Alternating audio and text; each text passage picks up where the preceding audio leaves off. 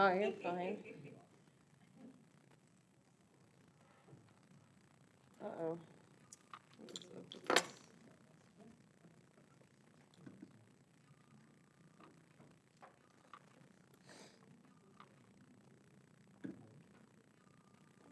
What is going on?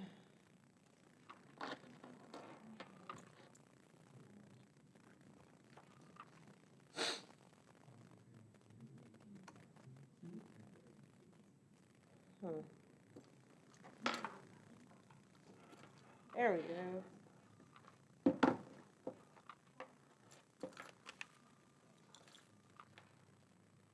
Perfect. All right, so today we're going to do a review as promised. So are there any questions before we get started? How was your Thanksgiving? It was good. I did a lot of grading, as your Blackboard may reflect. Yeah. Did you receive my email about the class registration? I did. If I didn't update the points, I'll do that today. So your grade should be accurate. I have a ton of stuff to hand back to you. Probably do that while we're taking our last quiz. And if something is not accurate, let me know ASAP, because like I said, I should have graded everything I believe that was in my possession this weekend. I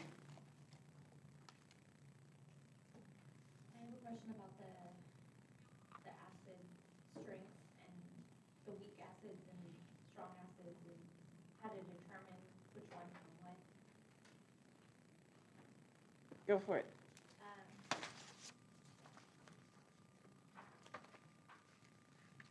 Like I know it's about when it gets dissociated, but then also it has to do with the ionization too. So they're like related and giving the same information. So Like maybe just do like a few examples. That might help my brain. let's just look at HCl for a second. And so hydrochloric acid, is this a strong or a weak acid? So strong, and so that means, right, that it fully disassociates. And so this is technically, right, our conjugate base then. But then in a salt form, so is chloride neutral, basic, or acidic?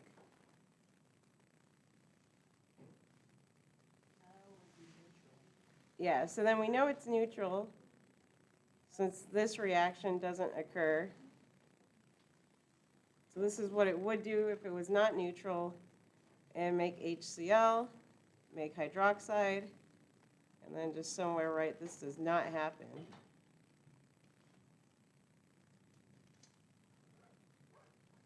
And does that just not happen in salt solution or just in any? Ever. Okay. Yeah, because what we're saying is our disassociation constant lies all the way to the right, and so it's never going to make more HCl. And so you can also think about that because we had our Ka expression. And so we're basically saying, in this case, that HA is going towards 0, and this would have all our values. So this would obviously be extremely large for this case, and hence why we don't do Kas of strong acids then, because they go all the way to, you know, infinity, since you're dividing by 0. That makes more sense. And then, so we look at phenol then. So phenol was just this guy. And so it has an acidic proton here. So it can disassociate to make our anion plus acid. And so this one, we had phenol in this section. Where was it? And you could, of course, look this up as well. But we had our strength here, so our Ka or pKa, either one of those values. Okay, so the Ka can help in determining yeah. So then if you look at this, so your Ka was like 1.3, I already forgot. 1.3 times 10 to the negative 10.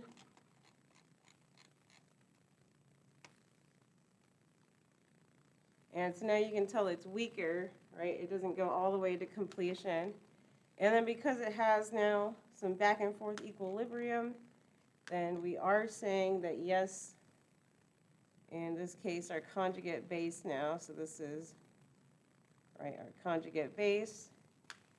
So now this can go ahead and reform phenol solution.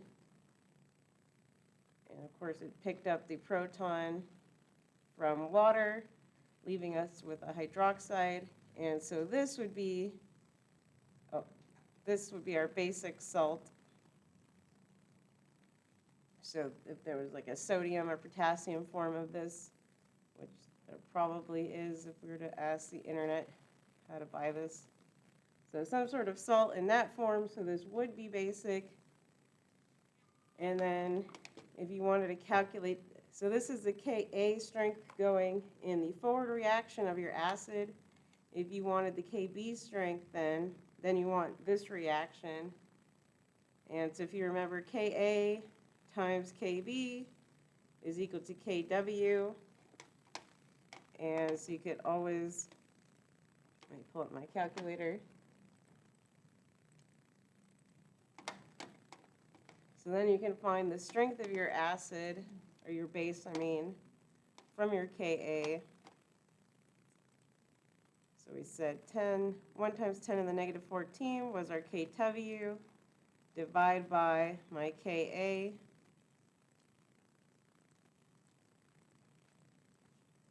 And so that gives us our Kb then, so 7.7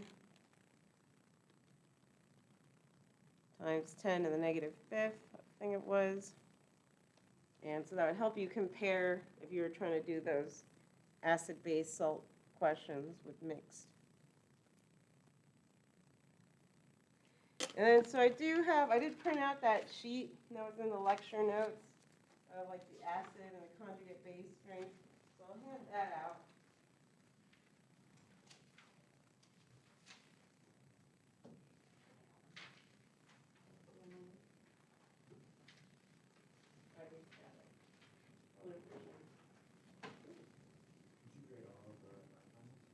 I did. You should have a lab final grade in Blackboard.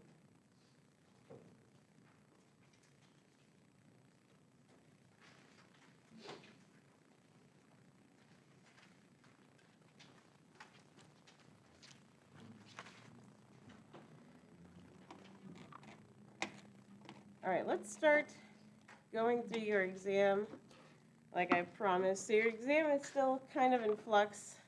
I have to do some edits based off of what Dorothy and Kevin have told me for feedback, but let's go through some questions. And so we have, let's do our Haber-Bosch, so H2 plus N2 gives us ammonia.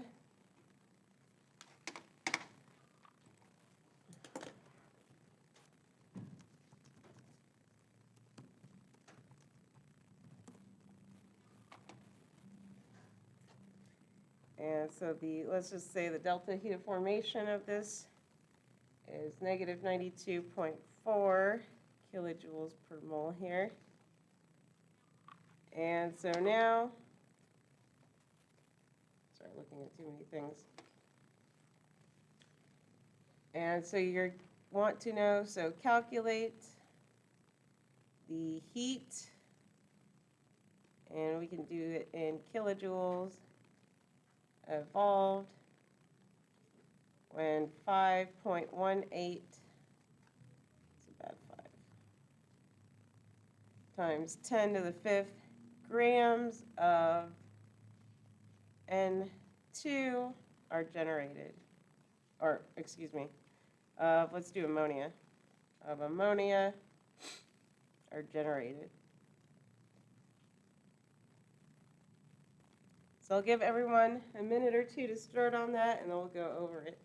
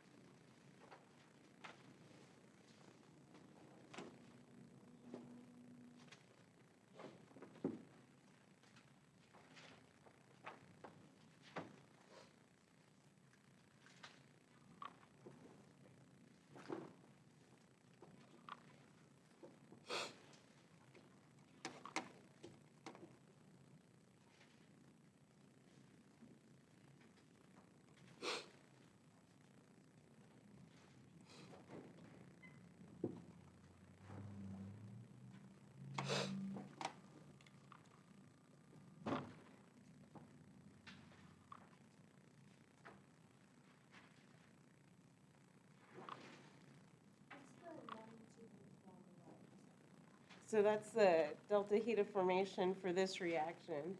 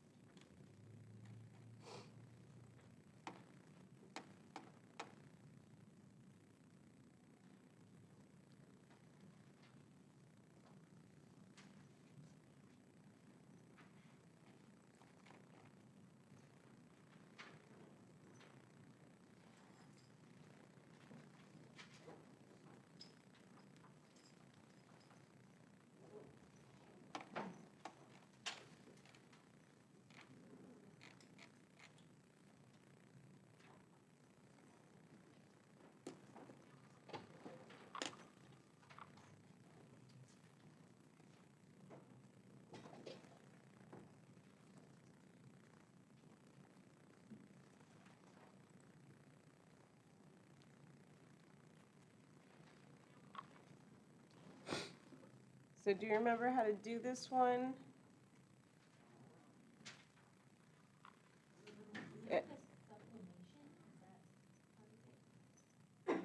No. So I can't remember if we exactly did a problem just like it, but let's look at what we're given. And so we're given that for this reaction, so we have 1 equivalent of H2, 3 equivalents of nitrogen, 2 equivalents of ammonia. For all this reaction, it will generate negative 92.4 kilojoules of heat. And so this amount is like their molar amount, so it's all relative. And so now if we look at our problem, well, we're given grams of ammonia, but we have, right, 2 moles of ammonia. So this is basically saying, right, for every 2 moles of ammonia generated, it creates negative 92.4 kilojoules of heat. And so with this in mind, then we need to convert our grams to moles, and then we can figure out, well, how many did it give based off of this then. And so let's do that. So we'll start with our mass.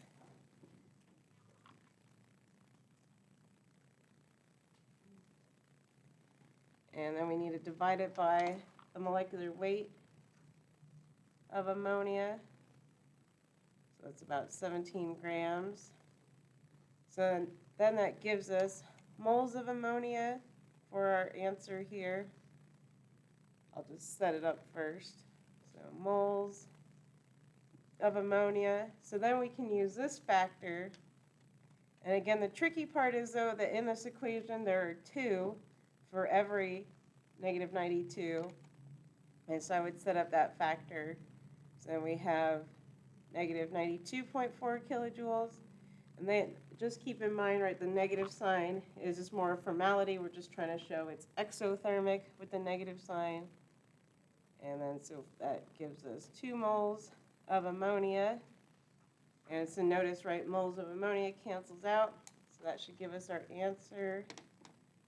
And so next, just plug it all in. And so good job to you. So when you get your lab final back, you know, you'll get to see some feedback.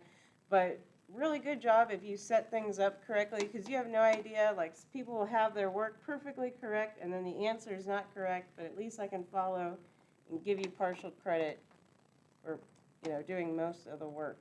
So just keep showing your work. And so that's moles, and then times, so 92.4 divided by 2. And so I get this number. Is that what other people got? 1, 2, 3. So like 1.4 million kilojoules. Yeah, I see some more nods. And it should be a big number since we made lots of moles, and this is only for 2 moles. And it's about 1.4 times 10 to the 6 kilojoules.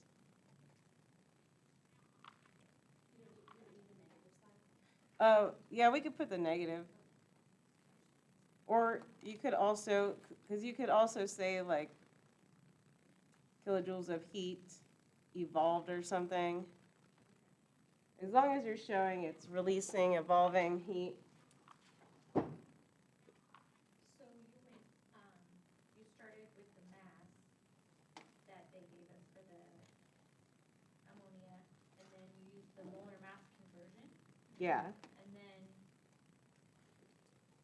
So then we went grams to moles. So then we got moles there. So that number is our moles. And then we just use our ratio then. Again, just based off of whatever equation you're given on the exam. so the mole to mole ratio. Kind of, except this time it's like mole to heat evolve ratio. So it's like a little different than what we've been doing, but still basically the same of doing our different ratios.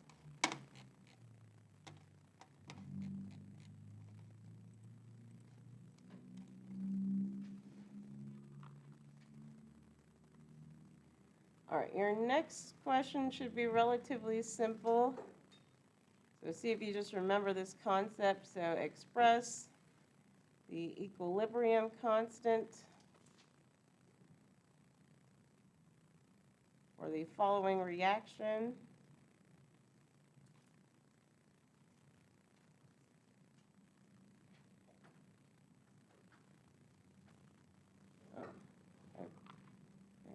X2, Y.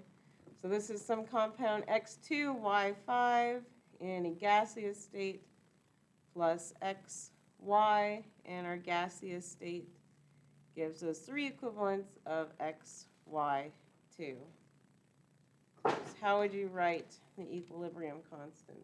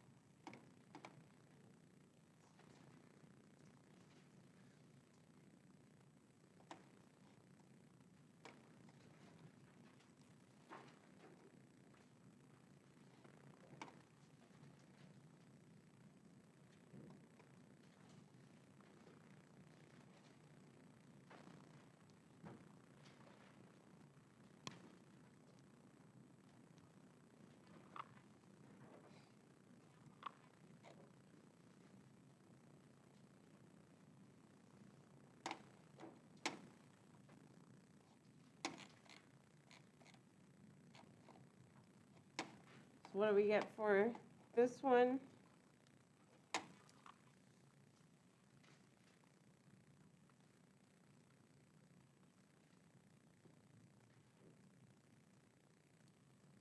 Does someone want to give it to me? Is it X, Y, 2, and like moving and then those negative X and 3 above it? Exactly. So products over reactants, so good job. And then that 3 became the exponent. And then what goes on bottom? Maybe the X, or X2, Y, 5, and one of any other X2. Perfect. And then on those, so that, right, they just have the coefficient of 1. And so technically they're raised to the power of 1. You could write that there, but so again, just watch for that on the exam, what your coefficients might be. Or maybe you'll see the same equation. So questions on this one?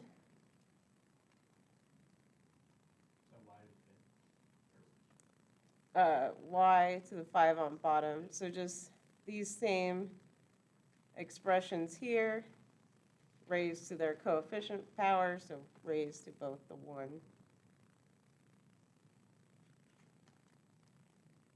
Okay, let's try a solution one.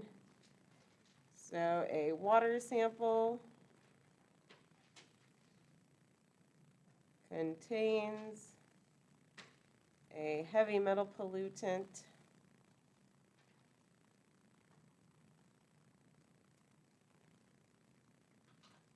cadmium with a concentration of 55 parts per billion, and this is by mass.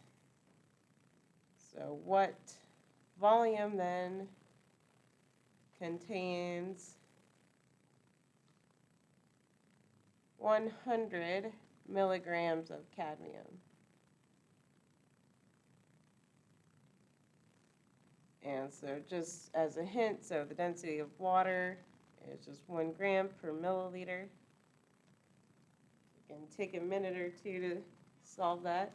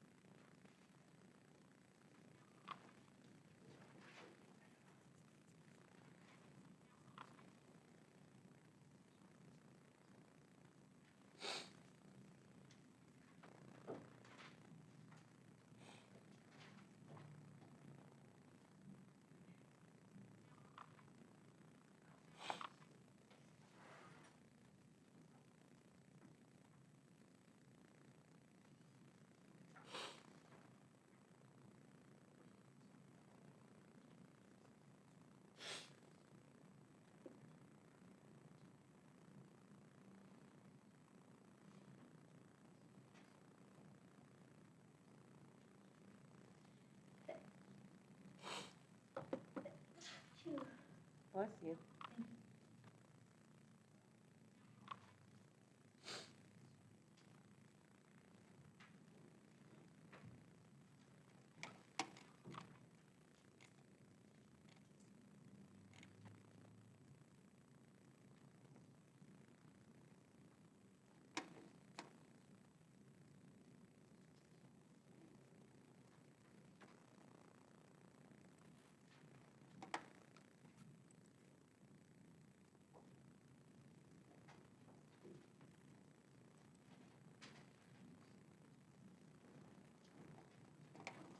we get an answer for this one, or how do we approach it?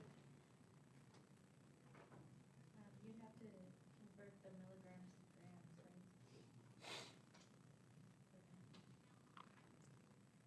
100 milligrams. Oh, we could do that, but Would you use like the equation x per billion equals milligrams over kilograms and solve like that? so that's what I would probably do.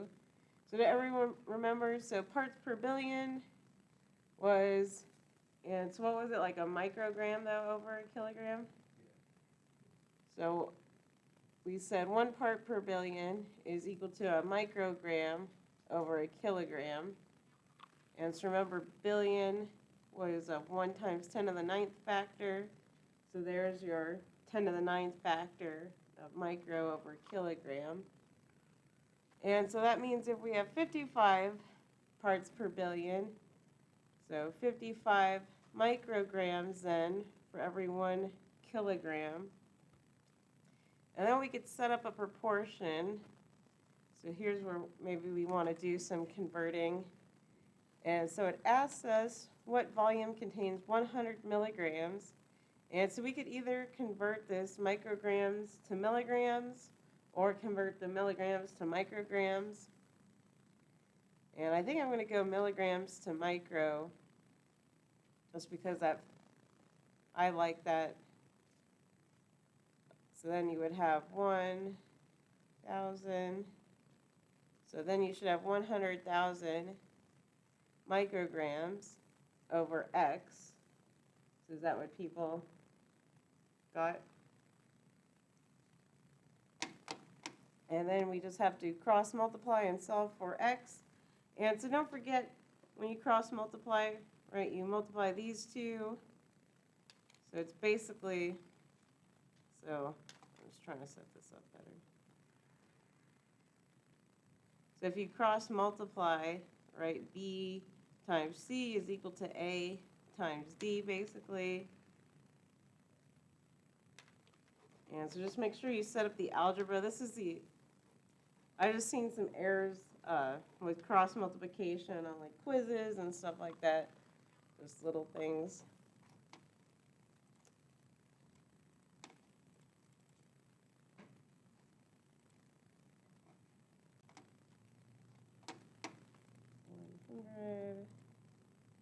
Times 1,000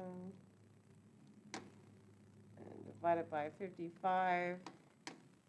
And so I get 1,800 kilograms then for water. So is that what other people got? So is equal to 1,818 kilograms, which of course is equal to 1,118 liters then.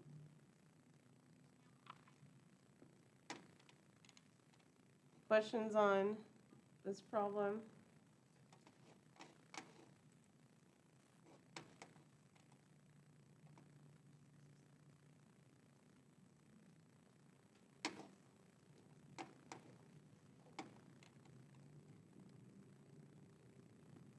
Yeah. What is 1 times 10 to the 9th stand for again? Oh, this is just the parts per billion, because when you have the billion, it just means like 1 over 1 to the 9th, because a billion, right, is 10 to the 9th. So that's formally a parts per billion. And then for my sanity, I always like it in this form, because I can understand what that means physically as opposed to like trying to understand what's a part in a billion. Other questions on that one?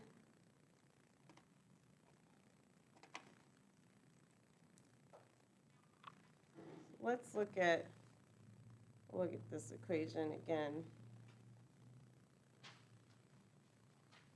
And so you'll have probably a different equation on your exam. You might have to balance it or something. Oops.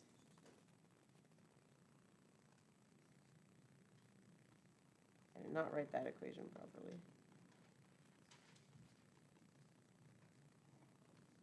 And so let's say we have 5 grams of nitrogen, 5 grams of hydrogen. And so determine then the limiting reagent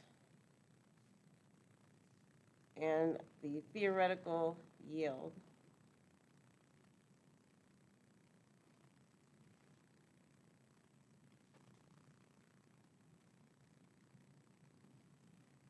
So I'll give everyone a few minutes to get started.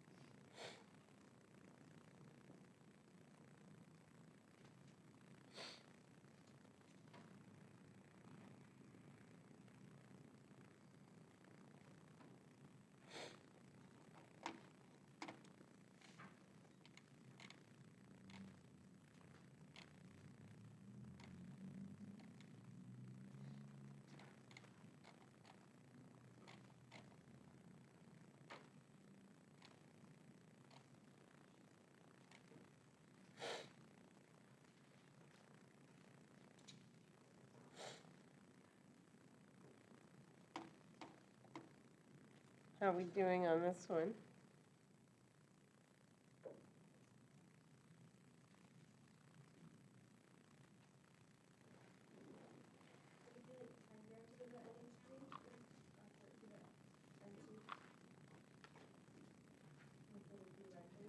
Well, I did not calculate that. Is that what other people got? I don't have answers. So let's work through it. So you said you got 10 grams, so let's see. So we start with 5 grams, so calculating for nitrogen. And then, so just divide by the molecular weight of nitrogen, so N2. So don't let that confuse you.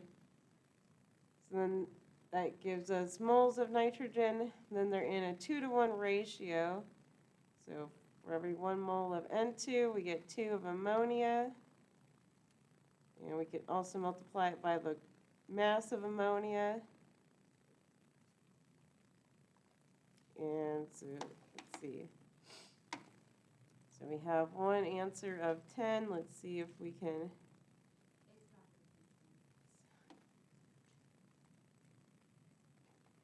So do I hear a 6 now? So this gives us 6 grams of ammonia, theoretically. And so let's compare and the 5 grams of H2. Let me switch colors.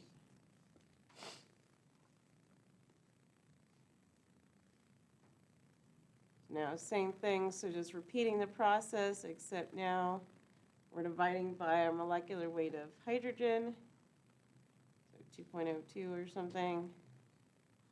And then looking at our ratio, so now they're in a 3-to-2 ratio. So we have moles of H2, so then I put moles of H2 on bottom, 2 ammonia on top, and then times our 17 grams again if we want to get to grams. And so let's see, so 5 divided by 2 times 2/3 times 17, oops.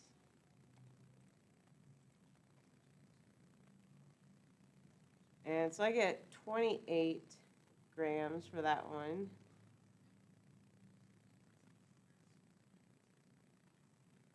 And so looking at these, which one is our limiting reagent then?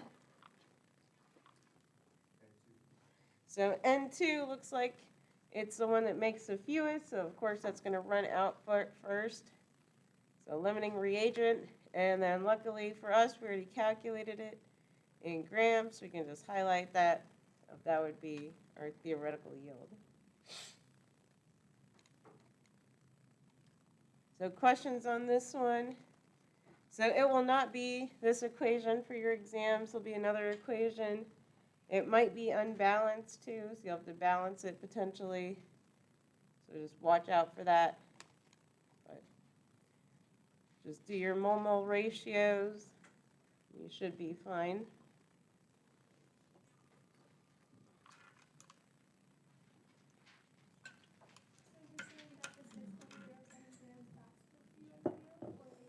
Yeah.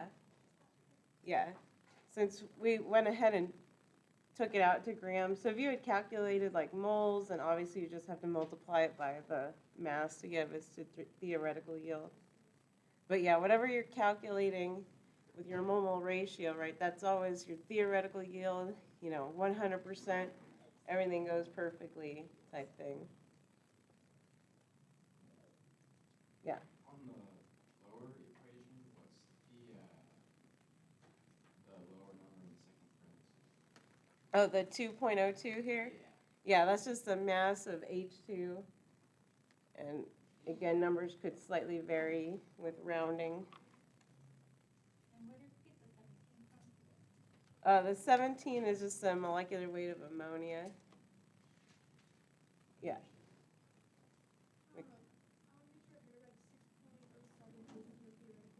Yeah.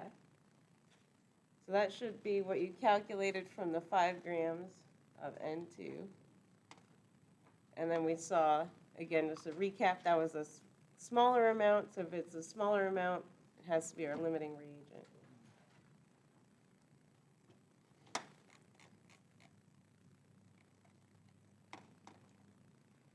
All right, let's shift gears to a gas law question. So a sample of xenon is in a container of a volume of 5.5 liters, a temperature of 82 degrees Celsius and a pressure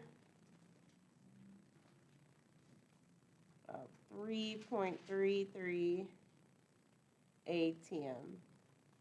So how many moles of gas?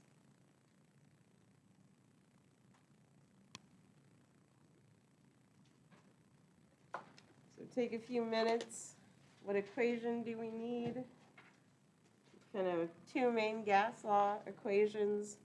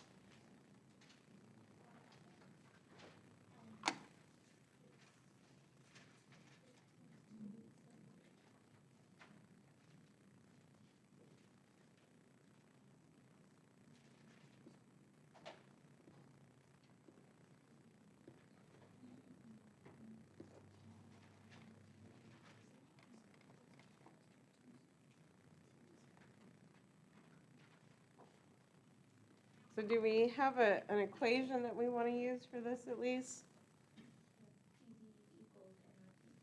So PV equals nRT, so excellent.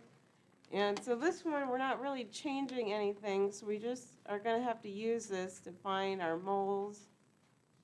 And so I'm just going to write everything. So pressure, volume, so everything is good so far. Uh-oh, temperature. So what do we need to do about this temperature? So Kelvin, so plus 273 to get us to Kelvin, so 355 Kelvin. And let's see, I think that's all that we need to do. And then our R, 0.0821, or you could use the other value. And so we just need to solve for moles, so I'll just rearrange the equation.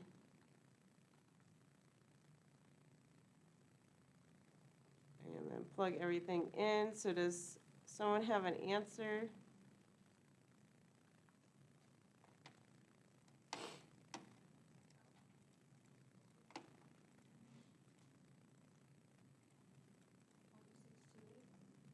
.628, is that what other people got?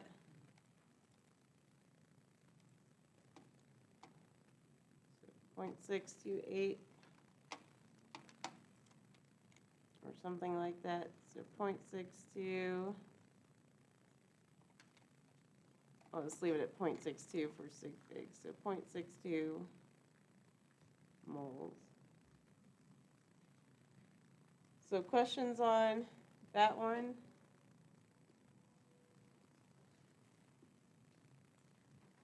So let's do our other style of gas law question.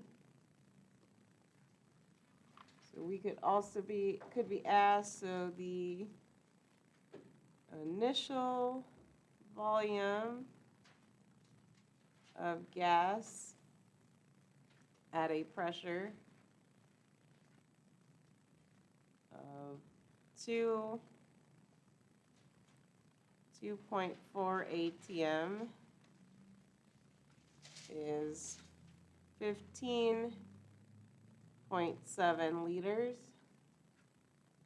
So what will the volume be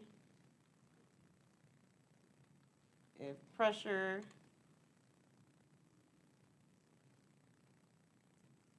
is increased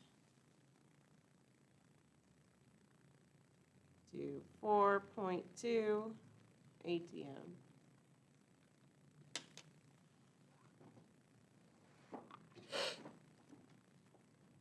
I'll give everyone a few minutes for that one.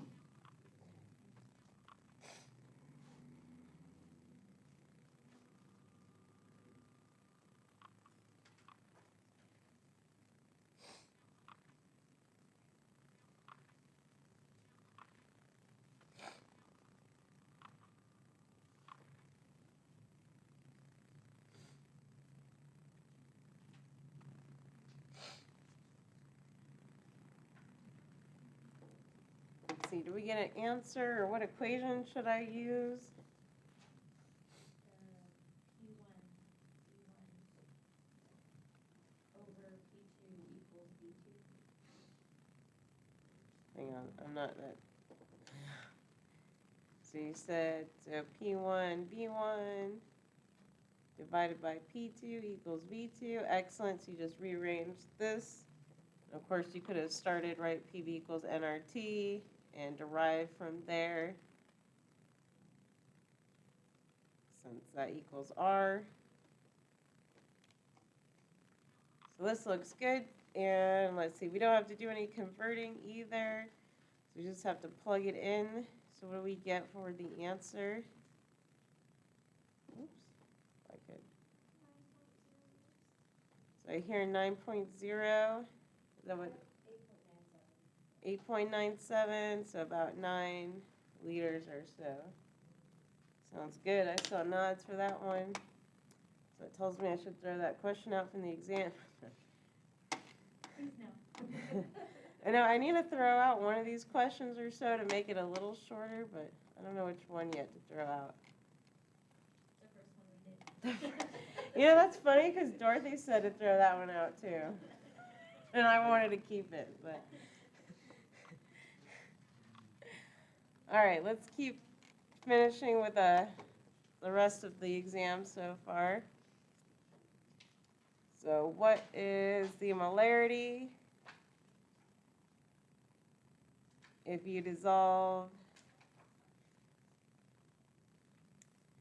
349 grams of nitric acid and I'll give you the formula, so HNO3 and 1,200 and 69 milliliters of water.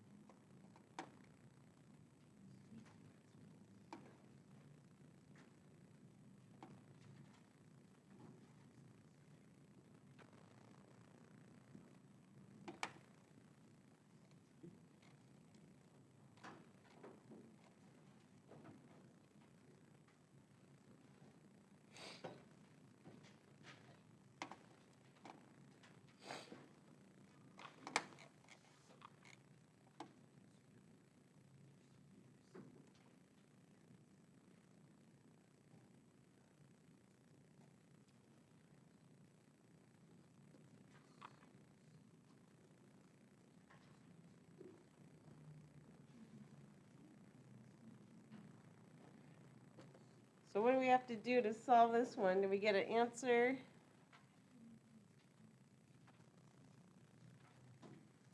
What do I need to do?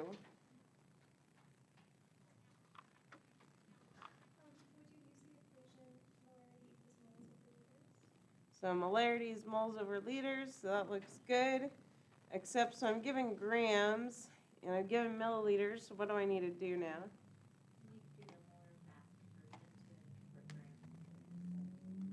So let's do that. So grams to moles. So what's the mass of nitric acid? So 63 grams or so.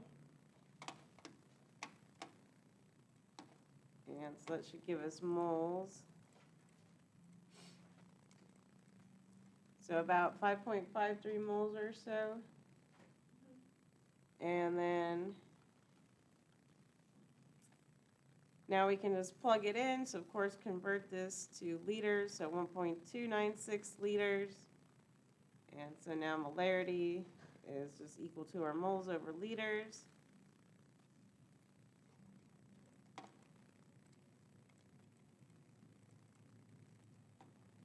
So I get something like a 4.3 molarity. I see at least some confirmation. Questions on this one? How much, like, room are you giving for, like, different numbers? My answer is closer to 270, so like, how much, like, wiggle room? Oh, yeah, I'm pretty generous with the wiggle room, especially if you show me your calculations. Like, it just, write everything out. Like, if I see the setup is good, like, you're somewhere around 4.3-ish, I'm not going to mark you wrong. But it only gets questionable, like, if you were to just give me an answer, like, let's say there's no work and you give me 4.5, then it's like, what do I do with that number?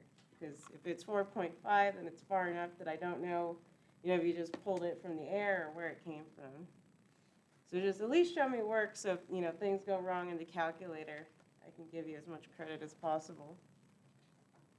So it's okay to round, like when you Yeah, because there's like way too many spots where, you can have rounding there, and so, yeah, I expect there to be differences. All right, last few ones at least of the free response, and then I'll at least tell you the topics of the multiple choice questions. And so let's see. If you dilute 20 milliliters of a 13.5 molarity HCl solution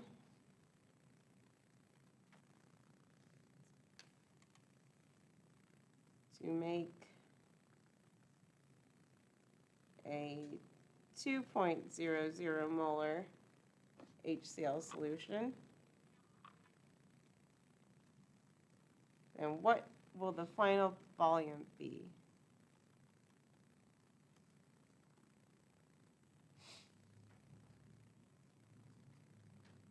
We'll give everyone a few minutes to go over that.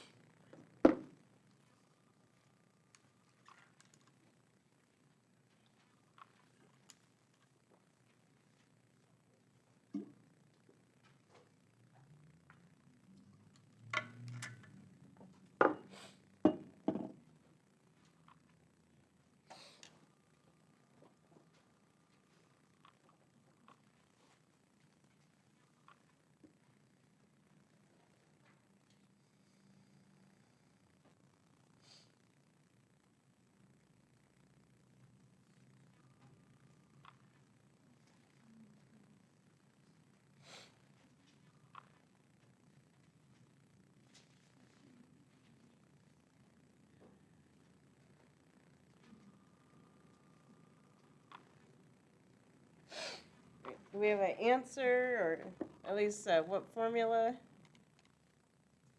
Mole equals MD. M1 times V1 over M2 equals V2. So you guys are smarter than me. So starting with this, and then so we could get to V2 then. It sounds like you rearranged it. M1, V1 over M2. And so now we just have to plug numbers in. And so it's fine, our concentration is in molarity. Just note, if we plug it into milliliters, our answer will be in milliliters, so we don't have to convert.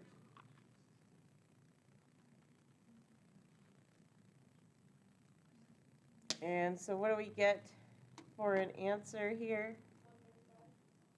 So 135, and so that's milliliters. And so that looks good there. Questions on that one? Does it matter if we put MD, or can we just use the dilution calculations, which is the C and D? Yeah, so those, remember, they were the same, the same thing. The C1 technically being the more like general formula. All right, and then last free response that I have right now on your exam. again, there'll only be questions eliminated potentially. So calculate the pH of a 0.000334 molar HCl solution.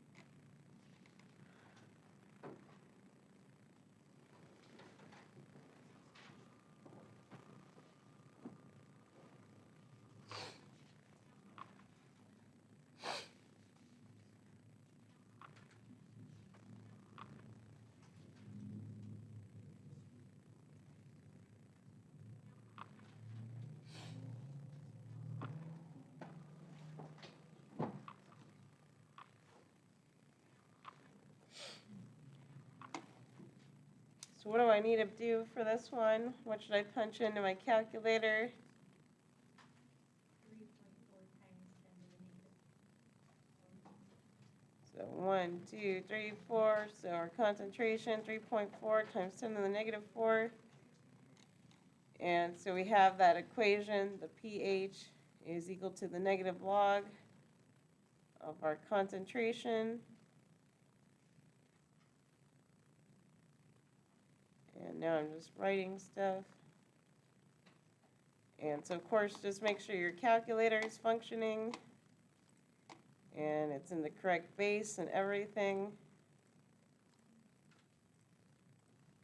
And so do we all get like 3.5 or so? Okay, I see some nods. So a pH is about 3.5.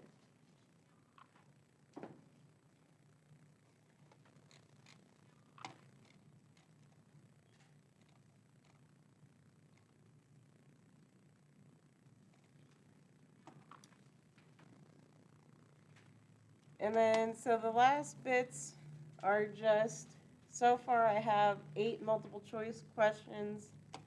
So the way that it's written right now is there's 8 multiple choice, and then 9 free response so far. Again, I'm trying to chop this down. Haven't decided which one to axe yet. And then, so in terms of multiple choice question topics, so there's going to be something about solutions. And so again, just thinking about those properties of boiling point, the vapor pressure as well of solutions versus pure substances, so freezing point. So expect that to be covered. And then, so just, you know, our pH topic, also indicators and buffers. So just knowing what those are. Knowing what conducts electricity or not. So again, those are just going to be non-electrolytes versus electrolytes. So non-electrolytes we went over were like sugar, at least in the demos that we saw. And then electrolytes we saw a lot of sodium chloride. There'll be some stuff over like precipitate predictions. So, will it form a precipitate or not? So just based off of your solubility rules. And then you just want to compare your products. So if you have AB plus CD, right, that gives you new AD plus CB. And so just check the solubility of both. So check solubility of both possible products.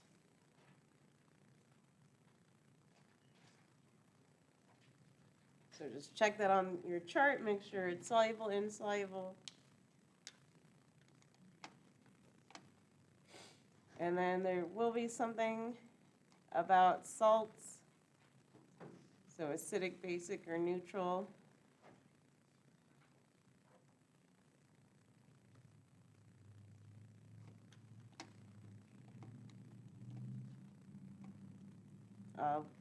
There'll be a question about Le Chatelier's principle.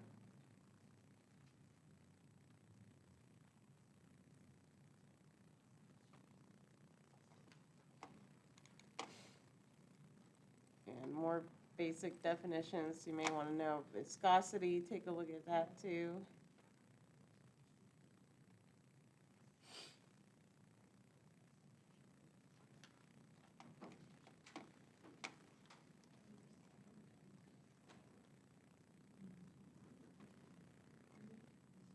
Questions? So we're not gonna have like specific questions about like fluidity or anything like that? Or metals or. That did not make it on this exam now. There's only so much of an exam. Only so many things I can fit, unfortunately, or fortunately. So if you have opinions about which question I should ask, you can also let me know.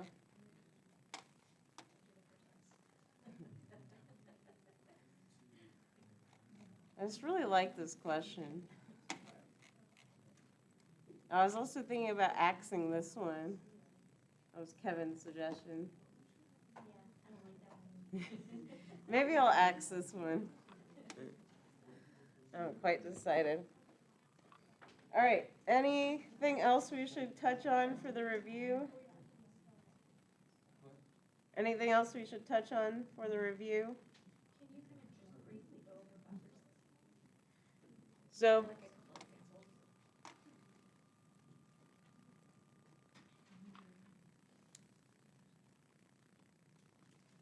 so buffers, so remember they're just any solution that resists a change in pH.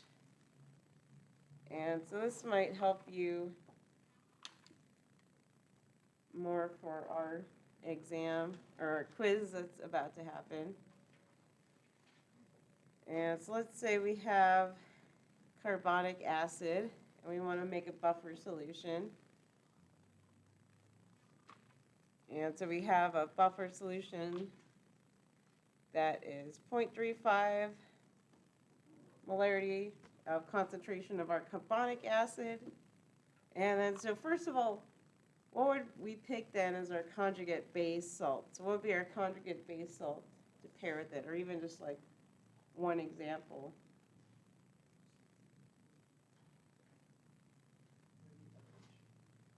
So OH, that would be like the conjugate base for water.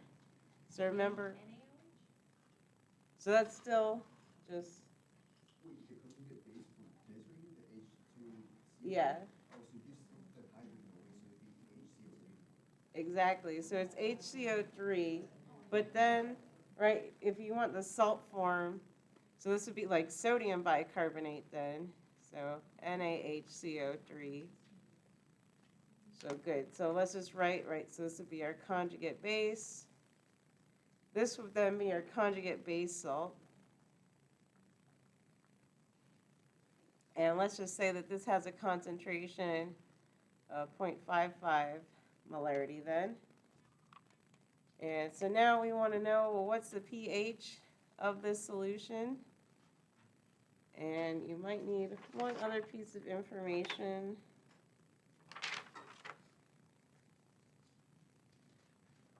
Oh, let me ask Google for this piece of information.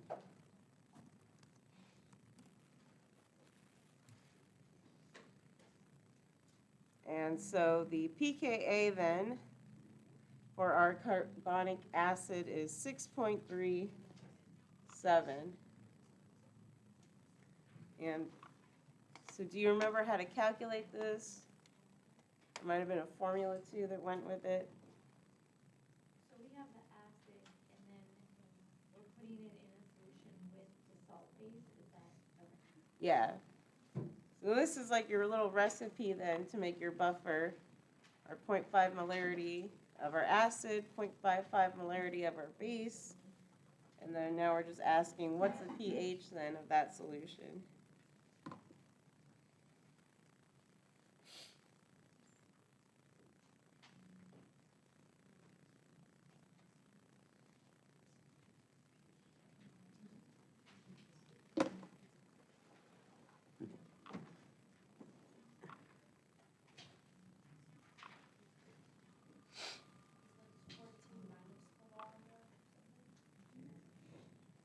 There was like another formula. It was called Henderson-Hasselbalch equation. Henderson-Hasselbalch.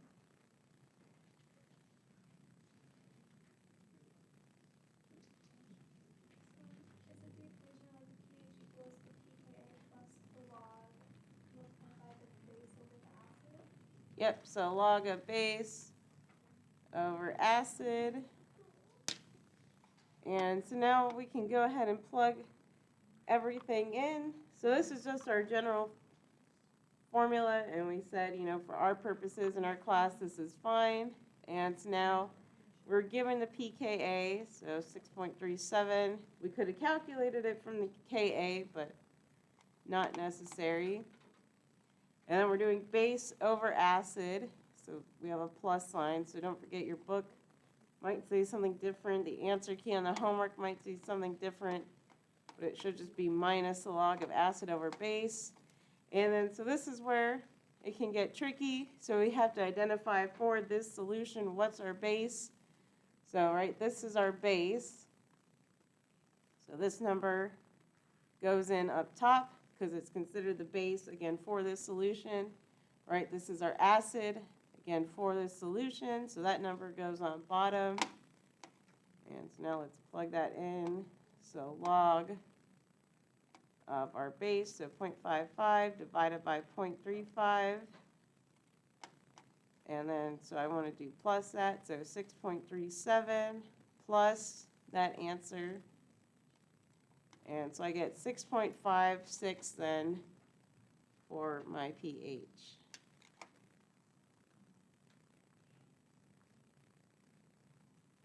Or I guess,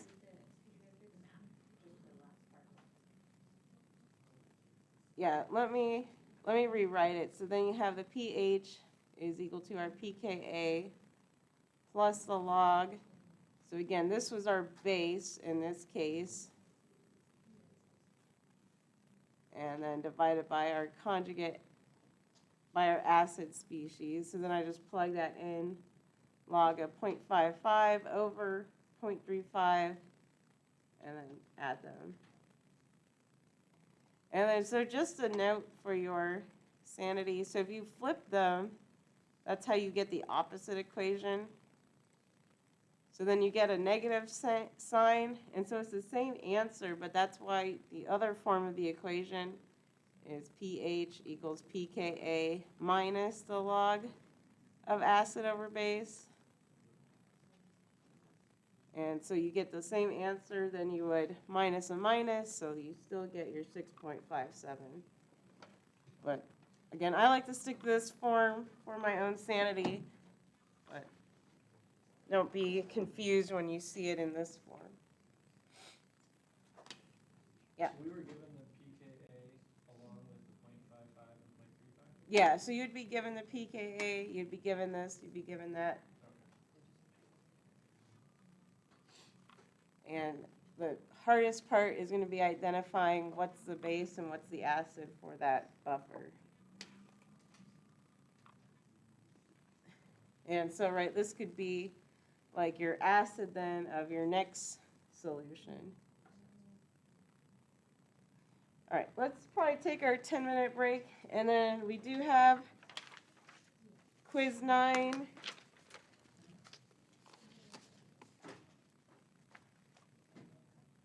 We'll do our last quiz, and I'll hand back a bunch of papers while you quiz. So that .55, that was from the HCO3, or was it from the NaOH? Either one. Okay. Yeah, because it'd be the same information.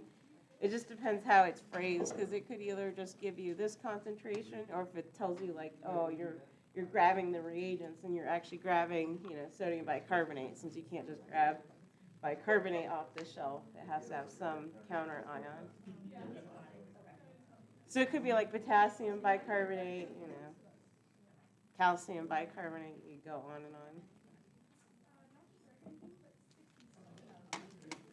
And I will stop this recording.